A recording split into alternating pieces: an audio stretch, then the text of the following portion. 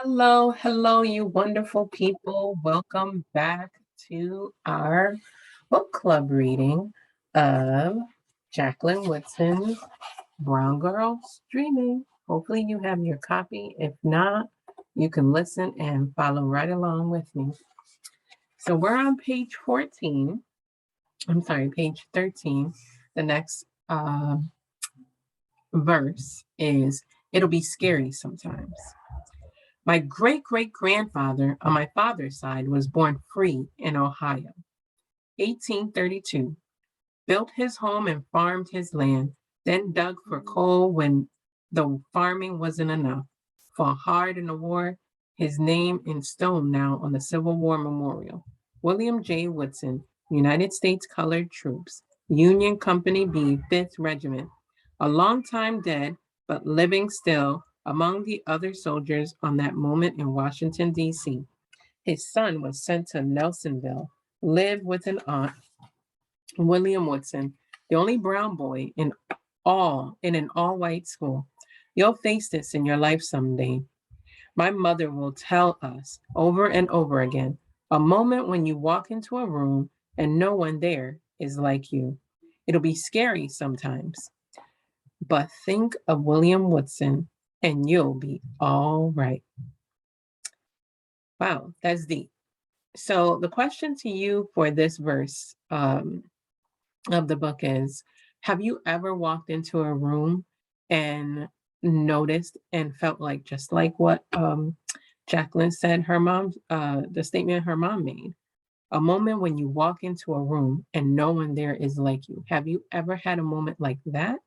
How did it make you feel? And how did you get through it? And think back to history.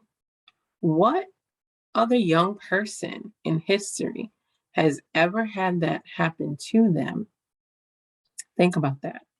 So that's the question for that verse. Okay, next verse. Football dreams. Page 15. No one was faster than my father on a football field. No one could keep him from crossing the line, then touching down. Coaches were watching the way he moved, his easy stride, his long arms reaching up, snatching a ball from its soft pocket of air. My father dreamed football dreams and woke to a scholarship at Ohio State University. Grown now, living a big city life in Columbus, just 60 miles from Nelsonville, and from there, Interstate 70 could get you on your way west to Chicago. Interstate 77 could take you south, but my father said no colored Buckeye in his right mind would ever want to go there. From Columbus, my father said, you could go just about anywhere. So that one was a good one, which seems to be talking about her father's dreams and his love and passion for football. Do you have a love and passion for something that you would hope to make a career one day? Let's talk about that. All right. We're on page 17, the next verse. Other people's memory. You were born in the morning, Grandma Georgiana said. I remember the sound of the birds, mean old blue jays squawking. They like to fight, you know.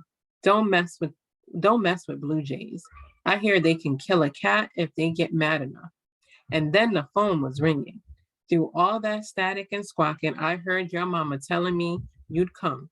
Another girl. I stood there thinking, so close to the first one. Just like your mama and Caroline. Not even a year between them, and so close. You could hardly tell where one ended and the other started. And that's how I know you came in the morning. That's how I remember. You came in the late afternoon, my mother said. 2 days after I turned 22, your father was at work.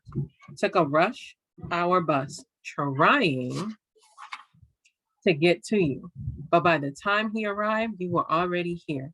He missed the moment, my mother said. But what else is new? You're the one that was born near night, my father says. When I saw you, I said, she's the unlucky one. Come out looking just like her daddy. He laughs right off the bat. I told your mama we're going to call this one after me. My time of birth wasn't listed on the certificate, then got lost again amid other people's bad memory. So think about it. Do you know what time you were born? Is there a story behind when you were born? Maybe this is a great time to have a conversation with your parents. Okay, let's do one more for this session. Oh, this is a pretty short one, so let's do maybe two more. 2, 3 more. Page 19. When my mother comes home from the hospital with me, my older brother takes one look inside the pink blanket, says, "Take her back. We already have one of those." Already 3 years old and still doesn't understand how something so tiny and new can't be returned. So that's the end of that one. No returns. Next one. How to listen, number 1. Page 20. Somewhere in my brain, each laugh, tear, and lullaby becomes memory. Short and straight to the point. So how to listen, somewhere in my brain, each laugh. Think about that. Page 21, Uncle Odell. 6 months before my big sister is born, my Uncle Odell is hit by a car while home in South Carolina on leave from the Navy. When the phone rang in the Nelsonville house, maybe my mother was out hanging laundry on the line or down in the kitchen, speaking softly with her mother-in-law, Grace, missing her own mama back home. Maybe the car was packed and ready for the drive back to Columbus, the place my father called the big city, now their home. But every Saturday morning, they drove the hour to Nelsonville and stayed till Sunday night. Maybe right before the phone rang, tomorrow was just another day. But when the news of my uncle's dying traveled from the place he fell in South Carolina to the cold March morning in Ohio, my mother looked out into a gray day that would change her forever. Your brother. My mother heard her own mother say, and then there was only a roaring in the air around her, a new pain where once there wasn't pain, a hollowness where only minutes before she had been whole. Wow. So for this verse, I want you to think about, have you lost anyone? And when you lost that person, how did it make you feel? What were some of the emotions you were feeling? But how did you move past that moment as well? I want you to think about how did you move past that moment? What got you through? What are some things and tips that maybe you can share with others? All right. See you all real soon.